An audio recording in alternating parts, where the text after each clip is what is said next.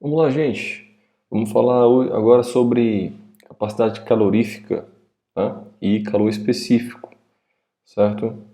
Então, a capacidade calorífica, gente, a gente utiliza, né, para quando a gente trabalha em calorímetros, né, que são sistemas utilizados para determinar o calor transferido, né, nas reações, certo?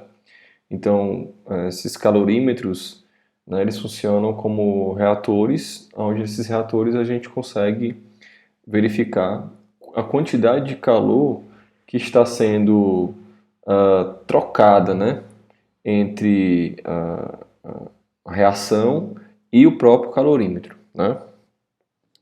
Gente, então a gente trabalha aqui com duas grandezas, né? Que é a capacidade calorífica do sistema, ou simplesmente capacidade calorífica, né, que a gente utiliza o C maiúsculo aqui para identificar, né. A capacidade calorífica é o calor, certo? Dividido pela variação de temperatura dentro desse sistema, né. Então veja que a capacidade calorífica, né, ela é dada em kilojoule ou joule, né? Colocar em joule ou quilojoule, né, por grau Celsius, certo? E o calor, né, obviamente, é em joule e a variação de temperatura é em graus Celsius, tá? Então, a capacidade calorífica, né, é a quantidade de calor necessária para que se aumente em 1 grau Celsius uma dada quantidade de substância, material, tá? Então, uma característica muito importante é que a capacidade calorífica é uma propriedade extensiva. Ela depende da quantidade de substância ou material envolvido, tá? A capacidade calorífica ela também está relacionada com o calor específico, que é uma propriedade intensiva, né? Uma propriedade da substância ou do material, né? A, a capacidade calorífica é igual ao calor específico vezes a massa, tá? Então, aqui a gente percebe, né, a massa como sendo um componente da capacidade calorífica, certo? E o que é o calor específico, né? O calor específico, ele é a energia necessária para se alterar em 1 grau Celsius, né, a temperatura, né, em 1 grau Celsius de 1 grama de substância ou material, tá bom? Isso obviamente aqui dado em calor específico, que é dado em gramas, né, e a capacidade calorífica molar, que é substituindo aqui por mol, né, essa massa por mol, ok? A capacidade, o calor específico, né, é tabelado, ok? Então, a gente tem aqui, ó, por exemplo, o calor específico do ar é 1, né, aproximadamente 1 joule por centímetro por grama, né? O vidro, 2,4, né? A, a água sólida, areia, água líquida, né? Vapor, certo? Então, percebam aí que o ar tem um calor específico mais baixo, quer dizer que eu preciso de uma quantidade de energia menor, né, para alterar, né, em 1 grau Celsius ah, ah, né, essa temperatura de 1 grau Celsius de 1 grama de substância, né? Veja que o aço inox também. Isso representa o quê?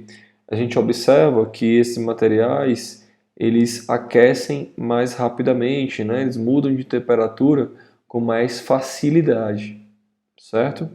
Veja aqui que o calor específico da água líquida é 4,18, né?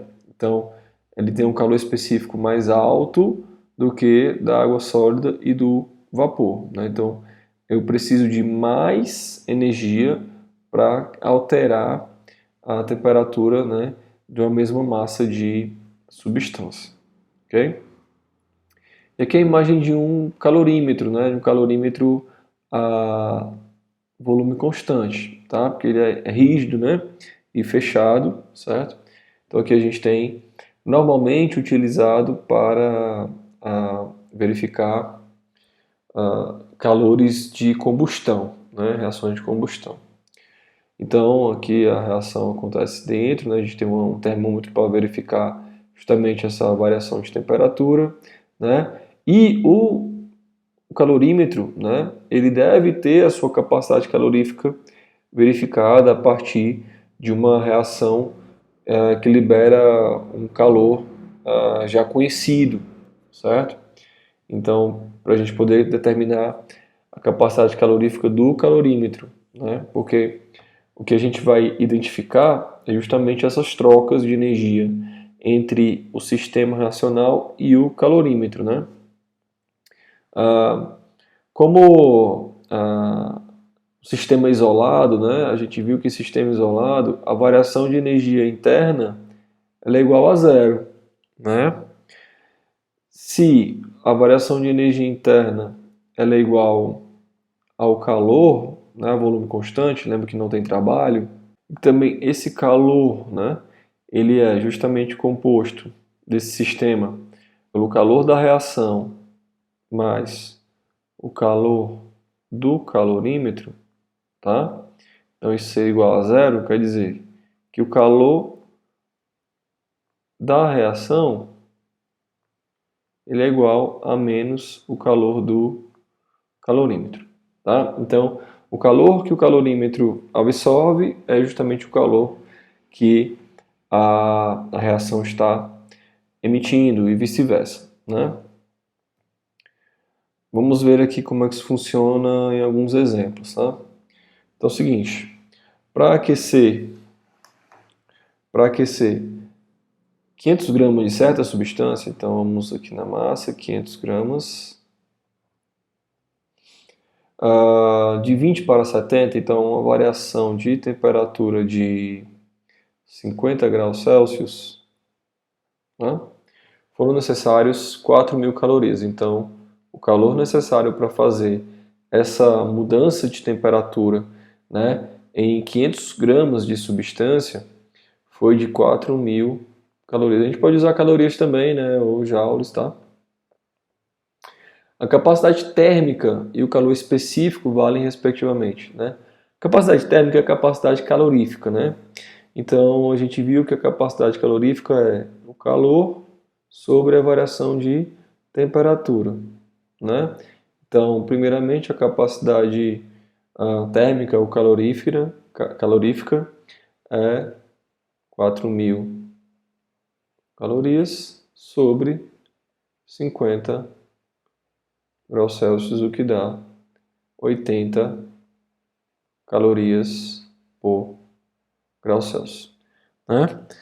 Gente, nós vimos também que a capacidade calorífica é o calor específico vezes a massa, né? Então aqui a gente vai utilizar essa massa para determinar o calor específico. Então o calor, a capacidade calorífica então é dividido pela massa, o calor específico é 80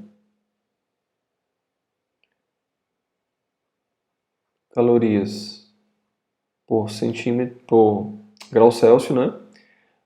Dividido por 500 gramas, ok?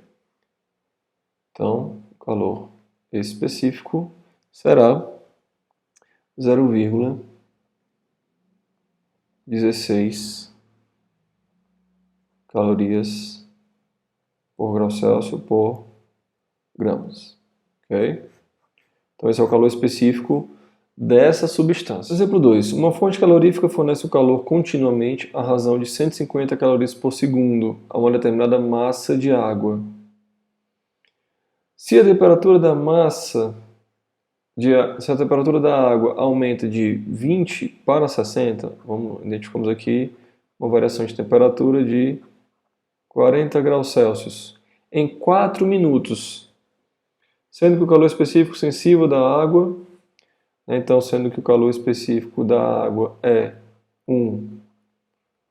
uma caloria por grau Celsius por grama, né? Pode concluir que a massa de água aquecida em gramas é. Então, a gente quer determinar qual é a massa de água. O calor, a gente tem aqui, ó. O calor, ele é fornecido continuamente, né? Mas esse tem um tempo determinado aqui, ó, 4 minutos. Então, é 150 calorias para cada 1 segundo, né? 4 minutos é equivalente a 240 segundos. Então, quantas calorias eu tenho, né? Em 240 segundos?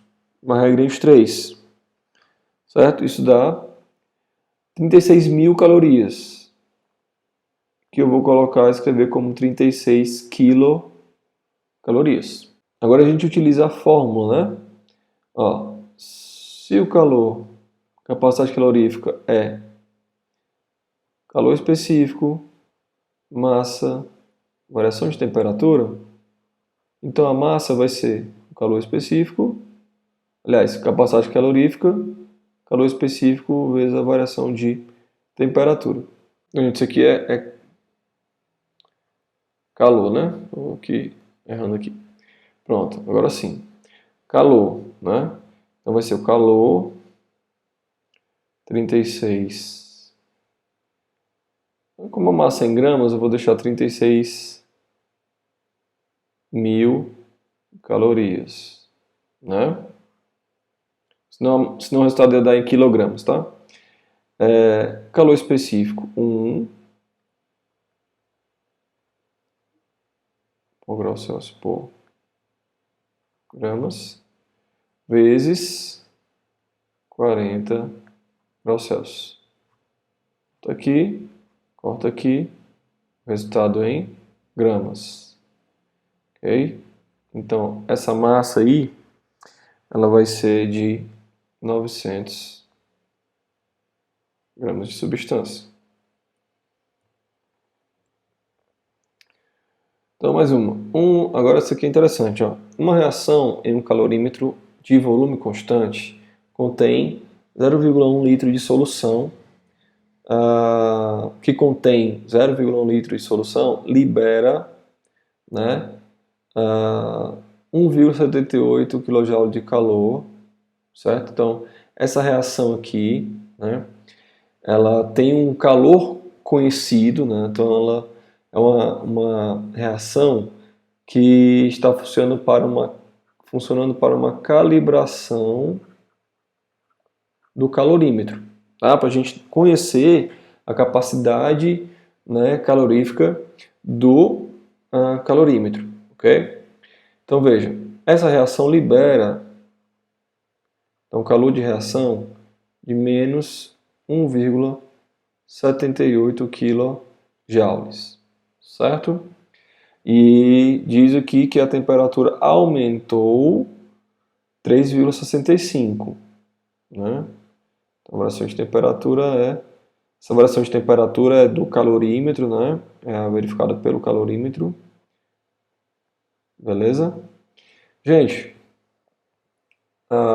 como o calor do calorímetro é igual a menos o calor da reação, então a gente pode dizer que, obviamente, o calor do calorímetro é mais 1,78, que foi o calor que ele recebeu, né, da reação, ok? Então, com esses dois dados, com calor e variação de temperatura, a gente consegue calcular a capacidade calorífica do calorímetro, né? Então, que vai ser 1,78 kJ por 3,65 graus Celsius. Então, essa capacidade aqui do calorímetro, né, é igual a 0,49 kJ por grau Celsius. Ok? Então, isso aqui é o valor para o calorímetro e vocês vão ver porque isso é importante. Porque agora a gente pode pegar uma outra reação que a gente não conhece, o calor que essa reação libera ou absorve, né? A gente vai utilizar esse mesmo calorímetro calibrado, né, que a gente sabe a sua capacidade calorífica, e vai poder determinar qual é o calor da reação. Ok? Então vamos lá. Em seguida, 50 ml de 0,2 molar de HCl e 50 ml de 0,2 molar de NaOH foram misturados no mesmo calorímetro e a temperatura subiu 1,26 graus Celsius. Tá vendo? No mesmo calorímetro. E a temperatura subiu 1,26, tá? Então agora a gente vai para a outra reação. Qual a variação de temperatura agora? Foi de 1,26. Né? A quantidade foi a mesma. Ó. Se esse aqui era 0,1, esse aqui também é 0,1. Né? 50 com 50, né? Dá 100 ml. Tá? Então as quantidades também batem e aí a gente pode utilizar o valor. Né? Então, a gente sabe qual é a capacidade calorífica do calorímetro. Então a gente pode, através da variação de temperatura, calcular qual foi o calor necessário, né, para que essa temperatura variasse em 1,26. Tá? Então, qual foi o calor que essa reação produziu que foi suficiente para alterar em 1,26 um calorímetro com essa capacidade calorífica? Certo? Então vamos lá. O calor é igual a capacidade calorífica vezes a temperatura, né? Então o calor, esse calor do calorímetro, né, é de 0,49 kJ por grau Celsius vezes 1,26 graus Celsius, né? Então o calor absorvido pelo calorímetro é de 0,617 kJ. Qual é a variação de energia interna? Ó, sabendo disso aqui, né? Então sempre a capacidade, o calor, né, absorvido pelo calorímetro vai ser o calor emitido pela reação. Então o calor da reação, né, o calor da reação é menos 0,617. Lembrem que a variação de energia interna é igual a calor mais trabalho. Como essa reação acontece a volume constante, o trabalho é igual a zero.